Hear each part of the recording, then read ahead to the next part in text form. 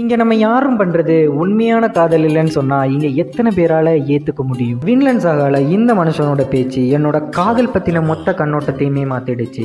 இந்த உலகத்துல காதல் பாசம்னு எதுவும் இல்லை. அது ஒருத்தரை விட இன்னொருத்தர் மேல நாம காட்டுற பாகுபாடு தான்.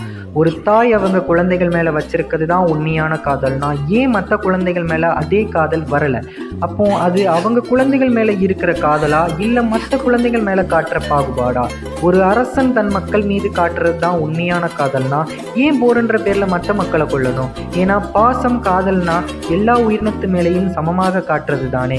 நமக்கு நெருக்கமானவங்க மேல நாம காட்டுறது காதலா இல்ல அவங்க மற்றவங்களை விட நமக்கு நெருக்கமா இருக்கிறதுனால காட்டுற பாகுபாடா?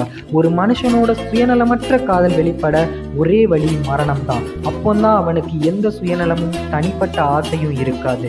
மற்ற உயிரினம் அவன் உடலை சாப்பிட்றத கூட அவனால் தடுக்க முடியாத அளவுக்கு அவனையே இழந்து எல்லோத்துக்கும் சமமா இருப்பான். இப்போ சொல்லுங்க, நாம நமக்கு நெருக்கமானவங்க மேல காட்டுறது காதலா இல்ல பாகுபாடா?